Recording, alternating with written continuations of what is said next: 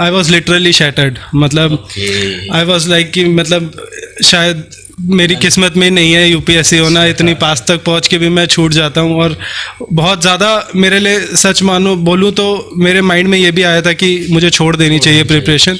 As a normal middle class student मैंने job करना शुरू किया था, बट आई थिंक डेस्टिनी को कुछ और मंजूर था। बेसिकली जब मैं ओयो रूम्स में काम करता था तब हमने गवर्नमेंट ऑफ इंडिया के साथ टाई अप किया था स्किल इंडिया प्रोग्राम के थ्रू, जिसमें हम अपने पार्टनर होटल्स के जो स्टाफ है वर्किंग उन लोगों को अपग्रेड करते थे। यूपीएससी हमें ना 2 बाइबल देता है।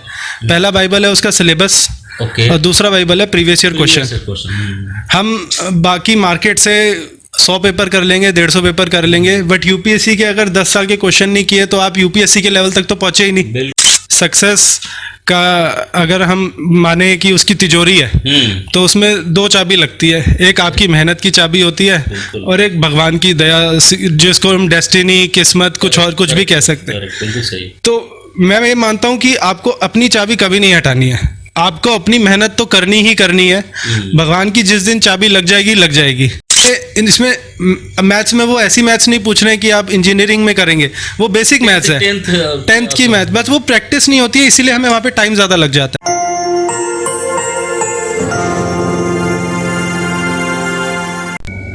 साथियों, एक बार फिर से आज मैं एक टॉपर के साथ बैठा हूँ। हमारे साथ हैं अभिनव जैन जी, जिन्होंने इस बार यूपीएससी 2021 में 14th रैंक हासिल की है। सर की जर्नी थोड़ी लंबी रही है, स्ट्रगल भी रहा है, लेकिन उस स्ट्रगल के बाद दोस्तों, जैसे कहते हैं ना, मेहनत करोगे तो आपको फल मिलेगा, और सर ने इस बार टॉप 20 के अंदर अपनी जगह बनाई है। सर की जो जर्नी रही है यूपीएससी की, शुरू से जानने की कोशिश करूंगा। सर की जर्नी प्रीलिम्स के लिए कैसी रही, मेंस के लिए कैसी रही, सर ने कौन कौन से बुक रेफर किए, ये सारी चीज़ें इस वीडियो में मैं कवर करने वाला हूँ। सर, सबसे पहले कॉन्ग्रेचुलेसन। थैंक यू तनवीर जी। ये जो जर्नी है यूपीएससी की, ये कब से शुरू हुई और आपको कब लगा कि आपको सिविल सर्विस में जाना चाहिए? मैं अपनी ग्रेजुएशन के बाद मेरी 2017 से जर्नी शुरू हुई। 2017 में मैंने पहला अटेम्प्ट दिया था। तो मैं ग्रेजुएशन के बाद आई वाज वर्किंग, मैं प्राइवेट सेक्टर में जॉब कर रहा था। तो पहले मैं आईटीसी में काम करता था, फिर मैं ओयो रूम्स में काम करता था। तो बेसिकली जब मैं ओयो रूम्स में काम करता था तब हमने गवर्नमेंट ऑफ इंडिया के साथ टाई अप किया था स्किल इंडिया प्रोग्राम के थ्रू, जिसमें हम अपने पार्टनर होटल्स के जो स्टाफ है वर्किंग उन लोगों को अपग्रेड करते थे। So I was leading that project from OYO rooms and for me it was a regular project कि ठीक, बट एक बार एक फेलिसिटेशन कर रहे थे हम, जिसमें सर्टिफिकेट डिस्ट्रीब्यूशन करते थे। तो वहाँ पर एक स्टाफ मेरे पास आए और उन्होंने बोला कि सर, आपने ज़िंदगी बदल दी मेरी। तो जो वहाँ पर स्टाफ, क्योंकि उनके लिए एक सर्टिफिकेट पाना बहुत बड़ी चीज़ थी कि उनको किसी ने पहली बार फॉर्मल एजुकेशन दी। तो उस रात मुझे लगा कि क्या मैंने इतना कोई बड़ा काम किया है, और फिर मतलब काफ़ी आत्मचिंतन किया। तब लगा कि मुझे अपनी लाइफ का कुछ बड़ा पर्पस ढूंढना चाहिए, कुछ बड़ा काम करना चाहिए। तो फिर इंक्लिनेशन सिविल सर्विसेज की तरफ आया कि ये एज अ कैरियर और as a means to serve people बेहतर हो सकता है। तो फिर वहाँ पे से 2017 में ही फिर मैंने जॉब छोड़ी और फिर प्रिपरेशन स्टार्ट करी। और उसमें एक हैं श्री संजय रॉय सर हैं, वो अभी इनकम टैक्स में he is commissioner, sorry customs में IRS में ही इज़ कमिश्नर। तो उन्होंने काफ़ी गाइड किया फिर मुझे। उसके बाद मुझे लगा कि हाँ, ये डिसीजन मुझे, क्योंकि बहुत डाउट था कि आप सर्विस अपनी जॉब के साथ करें, छोड़ के करें। तो क्योंकि जॉब छोड़ना भी एक बड़ा स्टेप होता है कि आप अपनी फाइनेंशियल स्टेबिलिटी को छोड़ के आते हैं। तो उन्होंने काफ़ी गाइड किया हर एक स्टेप पे, आंसर राइटिंग में, डिस्कशन में, एक मोटिवेशन के लिए उन्होंने काफ़ी गाइड किया। तो इस तरह से मेरी यूपीएससी की जर्नी शुरू हुई। मैंने ग्रेजुएशन IIT खड़गपुर से किया है और केमिकल इंजीनियरिंग में मेरी ग्रेजुएशन थी। तो उसके बाद as a normal middle class student मैंने जॉब करना शुरू किया था, बट आई थिंक डेस्टिनी को कुछ और मंजूर था। तो सर, पहला अटेम्प्ट कब आपने दिया था? तो 2017 में ही मैंने फर्स्ट अटेम्प्ट दिया था, और बाय गॉड्स ग्रेस वो पहले अटेम्प्ट में ही मैं इंटरव्यू तक पहुंचा था। तो फर्स्ट अटेम्प्ट में इंटरव्यू पहुंच गए थे? जी। वाह, तो 2017 में ही मेरे फर्स्ट अटेम्प्ट में मैं इंटरव्यू में पहुंचा था, तो और जब फाइनल लिस्ट आई तो मैं 5 मार्क्स से मिस कर गया था।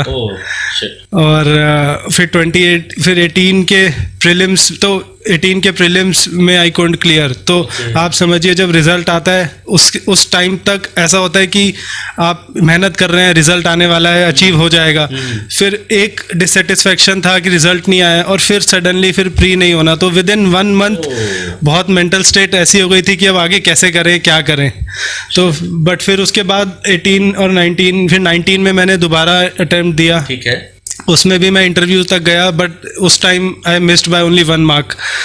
ओहो। तो वो 1 मार्क से जब छूटा तब तो आई वॉज लिटरली शैटर्ड। मतलब आई वॉज लाइक कि मतलब शायद मेरी किस्मत में नहीं है यूपीएससी होना, इतनी पास तक पहुंच के भी मैं छूट जाता हूं। और बहुत ज़्यादा मेरे लिए, सच मानो बोलूं तो मेरे माइंड में ये भी आया था कि मुझे छोड़ देनी चाहिए प्रिपरेशन। काफ़ी 2-3 साल लग चुके हैं, अब मैं अपनी तरफ से मेहनत पूरी कर रहा हूँ, लेकिन रिजल्ट नहीं आ रहे हैं। तो हो सकता है भगवान को कुछ और मंजूर होगा तो छोड़ देना चाहिए। बट मैं उस टाइम पर अपने पेरेंट्स और अपने ब्रदर, बड़े भैया को क्रेडिट देना चाहूँगा। उन्होंने काफ़ी मुझे गाइड किया, मोटिवेशन दिया, समझाया, कदम कदम पे मेरा साथ दिया। तो मेरे पापा मम्मी ने और मेरे भैया अमन जैन ने, तो उन्होंने काफ़ी सपोर्ट किया और बोला कि अपनी मेहनत में ही और सुधार करो, देखो और क्या हो सकता है।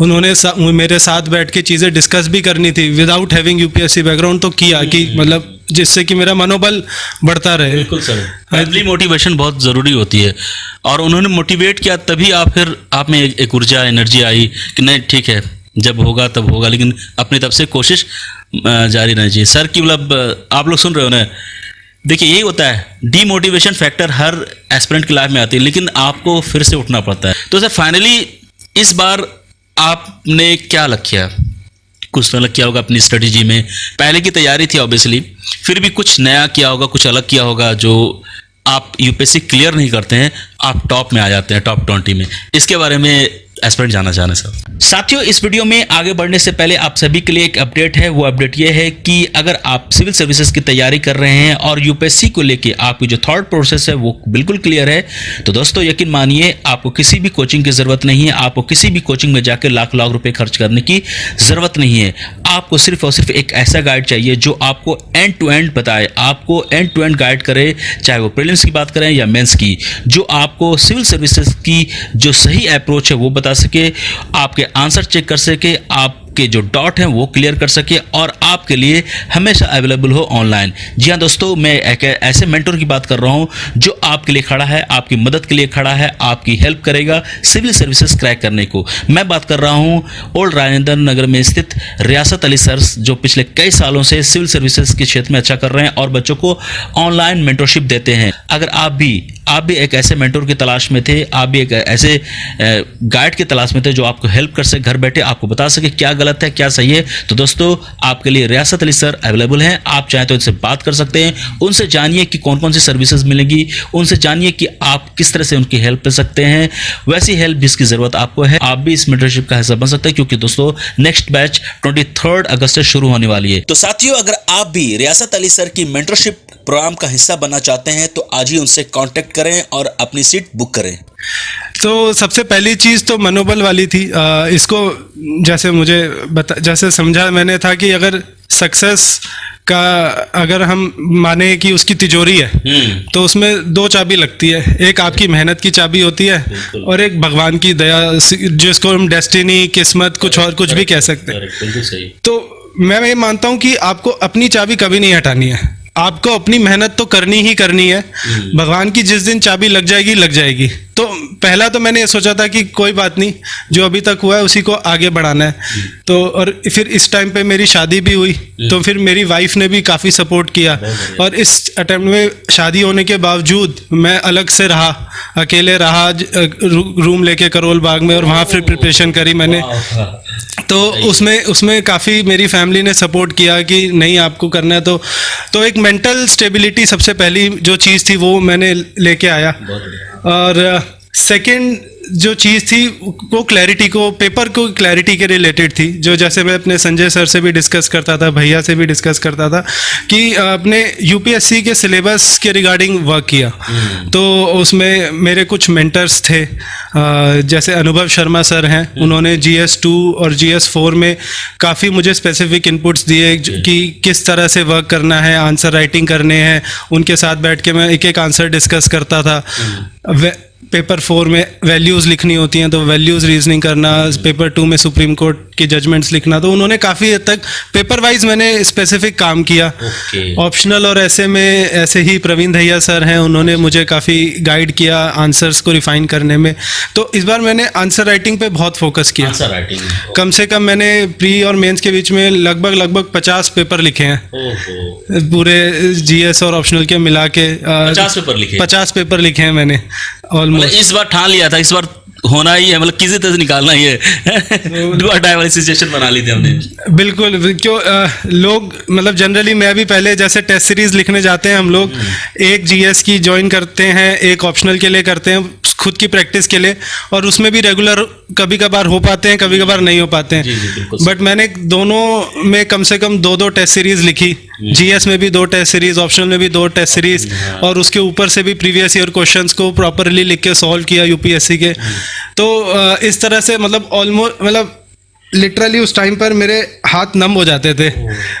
यहाँ उंगलियों की फिंगरप्रिंट्स जो होते हैं वो दिखते नहीं थे, कि हाथ सुन्न हो जाता था, लेकिन लिख रहा था मैं कि अपनी नोट्स को रिवाइज करना है, आंसर राइटिंग करनी है।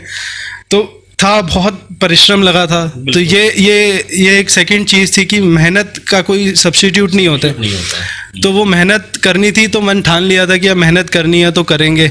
बस बैठे हैं, अकेले रह रहे हैं, मेहनत करे जा रहे हैं, बस एक डायरेक्शन में कर रहे हैं जिसमें आपका सपोर्टिंग इकोसिस्टम आपको हेल्प करता है। जैसे मैंने आपको बताया, मुझे अनुभव सर ने, प्रवीण दहिया सर ने, संजय सर ने गाइड किया। तो वो गाइडेंस, एक बार गाइडेंस के हिसाब से मेहनत खुद ही करनी है, रास्ता खुद ही चलना होता है। कृष्ण का उपदेश था, लेकिन अर्जुन खुद ही लड़ाई की थी। सही है। तो दोस्तों, आप अभिनव सर को सुन रहे हैं कि किस तरह स्ट्रगल रहा, कैसे पहुंचे सर, और यहाँ तक मतलब टॉप करते हैं यूपीएससी में। सर, आपका ये 4th अटेम्प्ट था, ठीक है। इस दौरान आपने यूपीएससी को समझ लीजिए कि निचोड़ के पी रखा है। किसी भी स्टूडेंट को, किसी भी एस्पिरेंट को आप बहुत अच्छी तरह से समझा सकते हैं कि बेटा तुमको क्या करना है, कैसे करना है। बहुत सारे एस्पिरेंट देख रहे हैं सर इस वीडियो को, और टॉपर्स की इंटरव्यू लेने का मकसद यही होता है कि वैसे एस्पिरेंट की हम हेल्प करें। सर, आप उनको बताइए, क्योंकि अभी जो है प्रीलिम्स एक बहुत ही दिन ब दिन टफ होता जा रहा है, और जब प्रीलिम्स निकल जाता है सर, तो एक होता है ठीक है प्रीलिम्स निकल गया, मेंस लिखना है हमें, तो एक कॉन्फिडेंस और आता है। प्रीलिम्स कैसे निकले सर, मतलब इसके लिए कुछ चीज़ें, टेक्निकल चीज़ें बताइए बच्चों को, जो अब तक आपने फेलियर हो या सक्सेस सबसे सीखा है, ताकि बच्चे उसका ध्यान रखें और फर्स्ट अटैम्प्ट में प्रीलिम्स निकालें। नहीं, बिल्कुल। मैंने इनफैक्ट इसी चीज़ के लिए लोगों को रीच आउट करने के लिए, उनको गाइड करने के लिए अपना एक डेडिकेटेड टेलीग्राम चैनल भी बनाया। अच्छा। जिसका अभिनव जेजन ऑफिशियल नाम है। तो उसमें मैं अपने यही tips, strategy, notes, paper share भी करता हूँ। और फिर मेरे अपने भाई के साथ, जो मेरे एक जुड़वा भाई है, वो भी सिविल सर्विसेज क्रैक कर चुके हैं, इनकम टैक्स में है वो। तो हम दोनों ने ट्विन सिविल सर्वेंट्स करके एक यूट्यूब चैनल भी अभी रिसेंटली बनाया है। तो सर लिंक दे दीजिएगा, मैं इस वीडियो को डिस्क्रिप्शन में डाल दूंगा उसको। तो वो उसमें हम यही चीज़ें डिस्कस करते हैं कि प्रिपरेशन कैसे करनी है, न्यूज़पेपर कैसे पढ़ना है।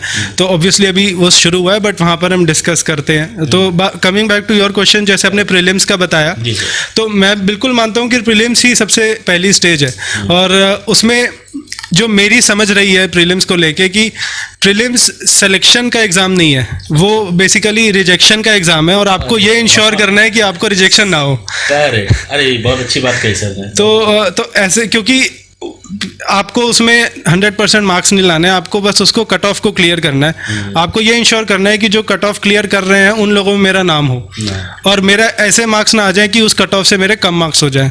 तो इस मेंटेलिटी से क्या पढ़ना है और पेपर कैसे अटेम्प्ट करना है, ये दोनों चीज़ें बहुत इंपॉर्टेंट हो जाती है। तो क्या पढ़ना है, हमारे पास कुछ स्टैंडर्ड बुक्स हैं, मैंने भी वो बुक्स पढ़ी। लक्ष्मीकांत है पॉलिटी के लिए, NCERTs है हिस्ट्री में, ज्योग्राफी में, स्पेक्ट्रम की बुक है मॉडर्न हिस्ट्री की, तो इन्हीं बुक्स को पढ़ा, मल्टीपल टाइम्स पढ़ा, बहुत मतलब 8-8 10-10 बार पढ़ा है।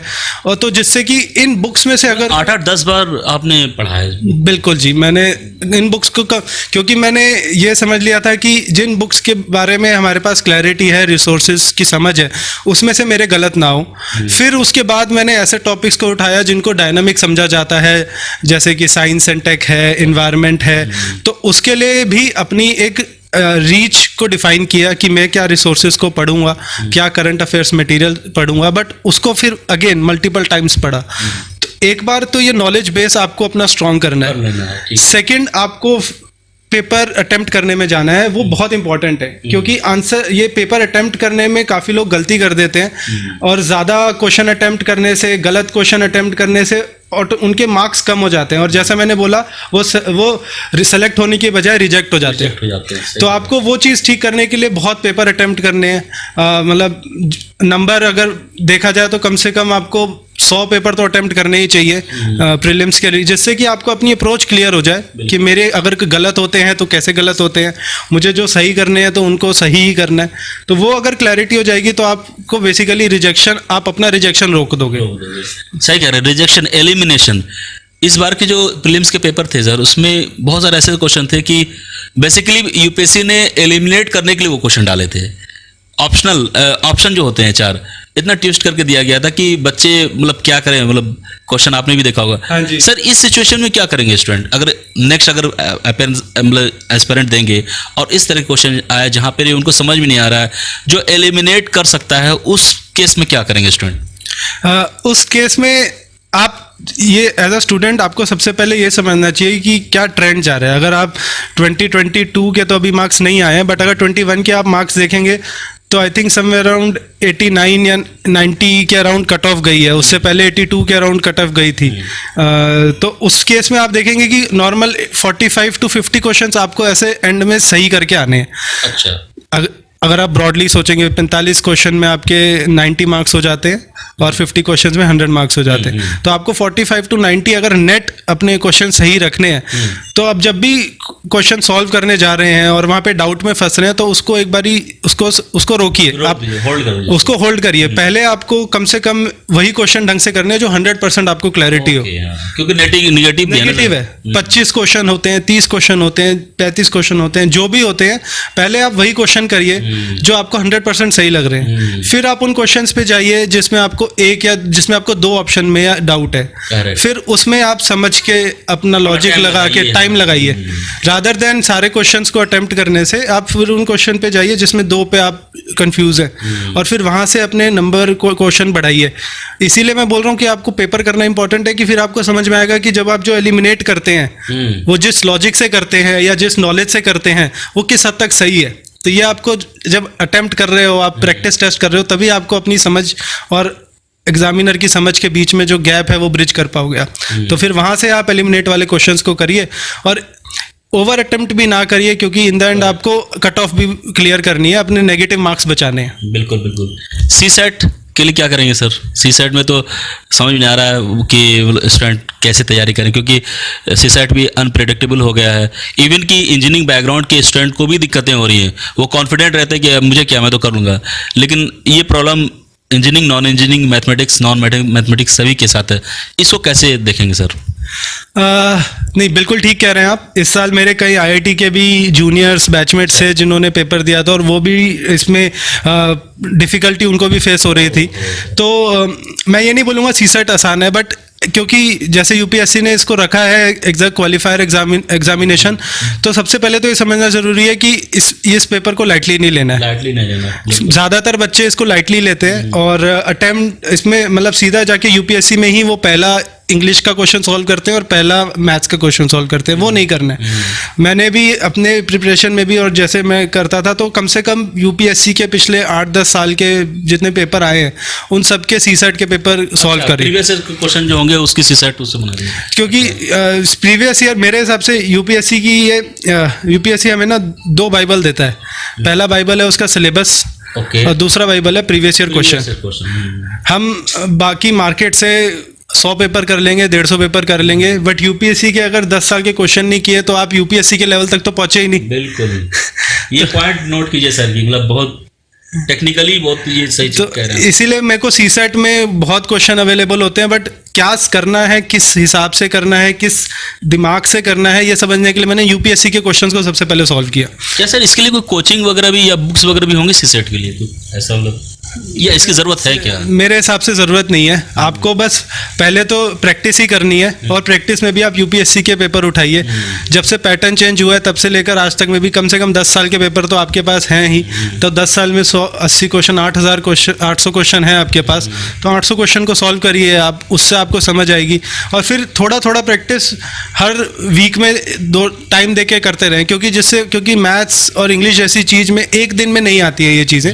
आपको टच में रहना पड़ता है, फॉर्मूले क्या है, अप्रोच क्या है, ट्रिक क्या है, प्रैक्टिस ही है। इसमें मैथ्स में वो ऐसी मैथ्स नहीं पूछ रहे हैं कि आप इंजीनियरिंग में करेंगे, वो बेसिक मैथ्स है, 10th की मैथ, बस वो प्रैक्टिस नहीं होती है, इसीलिए हमें वहाँ पे टाइम ज़्यादा लग जाता है। बिल्कुल सही कह रहे हैं। तो वही चीज़ करी थी मैंने, प्रैक्टिस करी थी। और रेगुलरली मैं भी एस्पिरेंट्स को यही सजेस्ट करूँगा कि आप थोड़ा टाइम रेगुलरली दें, हफ्ते में 2 घंटे 4 घंटे, बट उसको टच में रखें इंग्लिश और मैथ्स में। तो जिससे कि जब आप एक्चुअल पेपर देने जाएंगे तब आपको बिल्कुल नया नहीं लगेगा, आप एक फ्लो में होंगे, एक स्पीड में होंगे, और सीसेट करने में आप कंफर्टेबल रहेंगे। दोस्तों, सर की जो ऑप्शनल पेपर थी वो सोशियोलॉजी थी। अब मैं बात करूंगा सोशियोलॉजी में। सर, सोशियोलॉजी के लिए क्यों लगा आपको कि सोशियोलॉजी कर लेनी चाहिए? इंजीनियरिंग बैकग्राउंड के थे, इसकी तैयारी कैसे की और रिसोर्सेज कहाँ से लाए?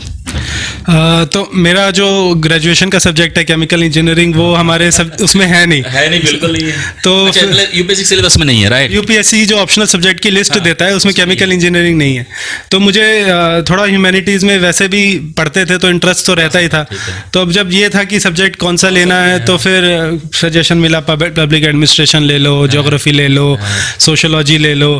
तो उसमें भी बहुत तरह के रीज़न मिलते हैं कि इससे आपको मार्क्स ज़्यादा आ जाएंगे, इसका बहुत ज़्यादा ओवरलैपिंग है, बट मेरे हिसाब से ये मैट्रिक नहीं होना चाहिए। अच्छा। मैंने फिर आपने कोई बेंचमार्किंग की थी, मतलब कौन सब्जेक्ट में किसमें कितने मार्क्स आ रहे हैं, कौन आप किसमें आपका इंटरेस्ट है, मतलब इस तरह से क्या किया था? मतलब मार्क्स मेरे हिसाब से तो सब में आ जाते हैं। अच्छा। मैं जब भी हम यूपीएससी में टॉप 20 रैंकर्स मिले थे, तो हम 20 रैंकर्स में आप मतलब 12 से 13 डिफरेंट ऑप्शनल सब्जेक्ट के लोग थे। अच्छा। तो आप ये सोचिए कि जब ऐसा कोई सब्जेक्ट नहीं है कि जिसमें मार्क्स नहीं आ सकते हैं। हिस्ट्री भी है, लिटरेचर भी है, ज्योग्राफी भी था, पबएड भी था, सोशियोलॉजी भी था, सभी थे। तो मार्क्स तो सब में आ जाते हैं। जो सबसे इंपॉर्टेंट चीज़ है वो है आपका इंटरेस्ट। वो इंटरेस्ट, क्योंकि इस सब्जेक्ट को आप 2 या 3 साल तक पढ़ेंगे। ग्रेजुएशन या स्कूलिंग में तो फिर भी आप किसी के कहने से पढ़ लेते हो, बट ऑप्शनली आपको खुद पढ़ना होगा और अपने लिए पढ़ना होगा। मतलब यूपीएससी इसको ऑप्शनल कहता है, बट मैं इसको बहुत कंपलसरी मानता हूँ। ये ऑप्शनल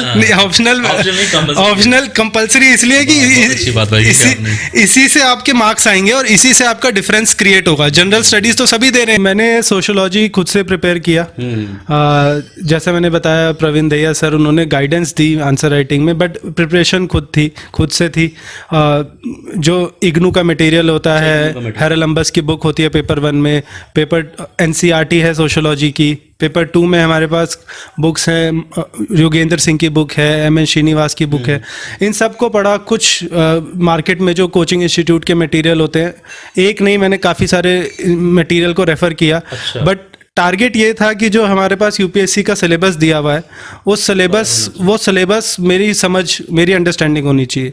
तो सिलेबस में जैसे एग्जांपल मैं दूंगा, मार्क्स के बारे में कहा गया है, तो मैंने मार्क्स के बारे में पढ़ के अपनी समझ को फिर अपने नोट्स बनाए। अच्छा। और फिर उन नोट्स को रिवाइज किया, बहुत बार रिवाइज करके फिर आंसर राइटिंग करी। देखा कि जो मेरी समझ है और जो मैं लिख रहा हूँ और जो क्वेश्चन एग्जामिनर चाह रहा है, इन तीनों में सेम पैरिटी है कि नहीं। तो इस तरह से फिर मेहनत करी। और यहाँ पर मैं एक चीज़ और भी कहना चाहूँगा कि जनरली मैं भी एस्पिरेंट जब था, और कई बार ये हम लोगों की टेंडेंसी हो जाती है कि हम सोचते हैं कि एक मटेरियल कोई रेडीमेड मिल जाए कहीं से भी और उसको पढ़ के हम सीधा कर लें। बट मैं ये समझता हूँ कि ऐसी स्पून फीडिंग समझना गलत है। खासकर यूपीएससी में, जहाँ पर आपकी खुद की सोच टेस्ट होती है, खुद की समझ टेस्ट होती है। आप समझने के लिए चाहे 10 चीज़ें रेफ़र करिए, कोई दिक्कत नहीं है, बट इन द एंड आपका खुद का कुछ एक होना चाहिए। तो मैंने भी पढ़ते हुए चाहे मैंने 10 टॉपर्स के 10 लोगों के चीज़ें इंस्टीट्यूट के रेफ़र किए, बट इन द एंड मेरा खुद का एक मटेरियल था जिसको मैं पढ़ता था, जिसको मैं रिवाइज करता था। अगेन 15 से 20 बार मैंने उसका रिवीजन किया है। से 20 बार क्योंकि जैसे मैं हर एक टॉपिक के मैंने कम से कम 4 से 5 टेस्ट लिखे हैं। तो जब मैंने इस बार 50 टेस्ट लिखे थे, तो उन टेस्ट के लिए मैं रिवाइज़ करके जाता था। तो वो रिवाइज़ करने के लिए वो मटेरियल अपना खुद का बनाना चाहिए, और फिर आपको आंसर राइटिंग करने के लिए किसी एक्सपर्ट की गाइडेंस लेनी चाहिए। जैसे इस बार मैंने दहिया सर के यहाँ पे डिस्कशन किया था और वहाँ से उनसे समझा था कि कैसे होता है। फिर और भी टेस्ट सीरीज़ लगाई थी, बट इस तरह से अपनी अप्रोच पे फोकस किया। बिल्कुल। नोट्स अगर खुद से बना रहे हैं सर, तो उसमें खुद आपको याद भी हो जाता है, समझ में आता है कि मैंने क्या लिखा, वो ज़रूरी है। तो ये सर नोट्स बनाने की जो प्रोसेस है वो कब से शुरू करनी चाहिए? नोट्स बनाने की प्रोसेस मेरे हिसाब से आपको 1 साल पहले आप पढ़ना शुरू करते हैं। पहले आपको रीडिंग देनी चाहिए, समझना चाहिए, उसमें एक थोड़ा टाइम जा रहा है, कोई दिक्कत नहीं है। बट जब जैसे जैसे फिर अब एक टॉपिक को 2-3 बार पढ़ लें, फिर उसके नोट्स पे जाएं। सीधा ही पहली रीडिंग में नोट्स पे ना जाएं, क्योंकि आपकी इतनी समझ नहीं होती है कि अगर मैं ऑप्शनल की बात करूं तो उसमें आपको ये इतनी समझ नहीं होती है कि क्या है, क्योंकि मेरे लिए एक नया सब्जेक्ट था। तो पहले समझा, पढ़ा ढंग से उसके बारे में। आजकल तो फिर भी काफ़ी ईजी है, सोशल मीडिया में आपको इतनी यूट्यूब वीडियोस मिल जाएंगी, इतने मटेरियल मिल जाएंगे, बट स्टैंडर्ड बुक्स को नहीं छोड़ना चाहिए। तो उनसे पढ़ो, फिर उसमें अपनी अंडरस्टैंडिंग को इम्प्रूव करने के लिए आपको कुछ रेफर करना है वो कर लो। फिर इन द एंड फिर उस 2-3 बार पढ़ने के बाद फिर टॉपिक वाइज नोट्स बनाओ। जैसे मार्क्स पूरा पढ़ लिया, फिर मार्क्स के नोट्स बना लिए। इसी तरह से रिलीजन पूरा पढ़ लिया, फिर रिलीजन के नोट्स बना लिए। तो इस तरह से टॉपिक बाय टॉपिक चलिए, और साथ में अगेन यूपीएससी की दूसरी जो बाइबल है, प्रीवियस ईयर क्वेश्चन, उस पर रेफर करके देखिए कि क्या आप प्रीवियस ईयर क्वेश्चन सॉल्व कर पा रहे हैं कि नहीं। बिल्कुल बिल्कुल सर, ये आंसर राइटिंग बहुत बच्चों को दिक्कत होती है आंसर राइटिंग में, और आंसर राइटिंग जितनी अच्छी होगी उतने अच्छे मार्क्स मिलते हैं। तो इसमें कुछ आप बताइए, अपनी एक्सपर्टीज शेयर कीजिए कि आंसर राइटिंग कैसे अच्छा ज़्यादा लिखा जा सके। आंसर राइटिंग में मेरे हिसाब से 2 चीज़ें होती है। अच्छा। पहला तो क्वेश्चन जो पूछा गया है वो जवाब देना है, और एक स्ट्रक्चर में जवाब देना है। सुनने में बहुत आसान लगता है ये, बट अनफॉर्चुनेटली हमारा एजुकेशन सिस्टम ऐसा है कि हमें जो आता है ना, हम वो लिख देते हैं रादर देन जो पूछा जाता है वो लिखने से। अच्छा। मतलब ये है कि सपोज क्वेश्चन ये आता है कि सेल्फ हेल्प ग्रुप कैसे गवर्नेंस को हेल्प करता है, तो हम क्या करेंगे, सेल्फ हेल्प ग्रुप में मुझे जो आता होगा मैं वो सारा लिख दूंगा, रादर देन ये लिखने की कि गवर्नेंस में सेल्फ हेल्प ग्रुप कैसे हेल्प कर रहा है। दोनों में फ़र्क है। ठीक। और ये फ़र्क हम नहीं समझ पाते हैं। हमारा माइंडसेट ऐसा हो जाता है क्योंकि टाइम का अभाव है, हमारी एजुकेशन सिस्टम ही पूरा स्कूल कॉलेज का ऐसा रहता है। हम ट्रेंड ऐसे हो जाते हैं कि जो भी क्वेश्चन में हमें आता है हम सीधा वो लिखना शुरू कर दें। ठीक है। तो सबसे बड़ा तो ये प्रॉब्लम है, इसीलिए कहा जाता है कि जो पूछा गया है वो लिखिए। मतलब इन अदर वर्ड्स बोलूं तो right what has been asked and not what you know. Correct, बहुत अच्छा। तो ये सबसे बड़ी बात है आंसर राइटिंग के लिए। और फिर दूसरी बात होती है कि उस वही नॉलेज फिर आपकी एक स्ट्रक्चर में भी आनी चाहिए। जो क्वेश्चन में पूछा गया है कि कैसे उस एक स्टेप को वो मीट करेगा, कि उसी क्वेश्चन पे अगर मैं वापस आऊँ तो सेल्फ हेल्प ग्रुप क्या होता है, गवर्नेंस के किन किन एस्पेक्ट्स को वो टच कर रहा है, फिर आप उसे कंक्लूड करें एक विजन देके। तो इस तरह से एक स्ट्रक्चर में आंसर, फ्लो में एक आंसर लगेगा। सर ये पैराग्राफ और कुछ कहते हैं पैराग्राफ और बुलेट का यूज़ करना चाहिए, तो आपको कैसा लगता है, क्या कौन बेस्ट होगा, कैसे क्या करना चाहिए? बहुत ही अच्छा पॉइंट आपने रेज किया है। तो मैं जनरली इसको मिथ बस्ट करने वाली बात कहता हूँ कि ये एक बहुत बड़ा मिथ है कि सिर्फ पॉइंट में लिखने से ही मार्क्स आते हैं। अच्छा। जैसे मैं अभी आपको बता रहा था, आप सोशियोलॉजी के, स्पेशली सोशियोलॉजी में, तो मैं आंसर के फ्लो पे डिपेंड करता था कि क्वेश्चन की डिमांड क्या है। वो फ्लो, कोहेरेंस बनी रहनी चाहिए। तो वो फ्लो अगर पैराग्राफ में अच्छा आ रहा है तो मैं पैराग्राफ में लिखता था। जीएस में भी एक आधे क्वेश्चन में अगर वो फ्लो पैराग्राफ में आ रहा है तो पैराग्राफ में लिखिए। तो अपने एज एन एस्पिरेंट्स को मेरा यही एक सजेशन रहेगा कि आप अपने माइंड में ऐसे एक स्ट्रेट जैकेट अप्रोच मत लेके जाइए कि यार मेरे को पॉइंट में ही लिखना है या मेरे को पैराग्राफ में ही लिखना है। इन द एंड आपको सवाल का जवाब देना है और सवाल का जवाब जिस अप्रोच से बेस्ट आए वो आप करिए। हर एक की कामयाबी के पीछे कोई न कोई रहता है, तो आप किसको इस चीज़ का श्रेय देना चाहेंगे सर? सबसे बड़ा श्रेय तो मेरे माता पिता को ही जाता है, जिन्होंने, जैसे एक बहुत फेमस मूवी है केजीएफ की, जिसमें अगर उस मूवी के तात्पर्य को समझा जाए तो रॉकी को इंस्पिरेशन या मोटिवेशन कहाँ से मिला? उसको वो मोटिवेशन मिला उसके माँ के सपने से, कि मुझे अपने माँ के सपने को पूरा करना है। तो जनरली एज अ नॉर्मल हम सब एस्पिरेंट्स को ज़्यादातर एक्सपोजर हमारे पेरेंट्स की गाइडेंस से ही होता है। मेरी ज़िंदगी में कुछ ऐसे मोमेंट्स हुए जिससे मुझे और ज़्यादा पता चला, बट कहीं ना कहीं उनका वो सेक्रीफाइस और उनका त्याग ही था जिसने मुझे कंटिन्यूसली मोटिवेटेड रखा। तो सबसे पहले तो वो हैं, फिर मेरे भैया हैं जिन्होंने, अमन जैन, जिन्होंने मुझे गाइड किया, और फिर मेरी बीवी जो मेरे लेडी लक है जिनके आने के बाद मेरा सिलेक्शन हुआ, तो उनको मैं डेडिकेट करना चाहूँगा। चलिए sir, thank you very much. आप सर को आईएएस मिल चुका है, यानी प्रेफरेंस भी थी। सर मुझे पता है जो आपकी पर्सनालिटी है, और बात करने से लग रहा है सर आपको जो भी जिम्मेदारी गवर्नमेंट की तरफ से मिलेगी उसको बहुत अच्छी तरह से आप निभाएंगे, अपने परिवार का और अपने इस देश का नाम रोशन करेंगे। Thank you Tanveer, thank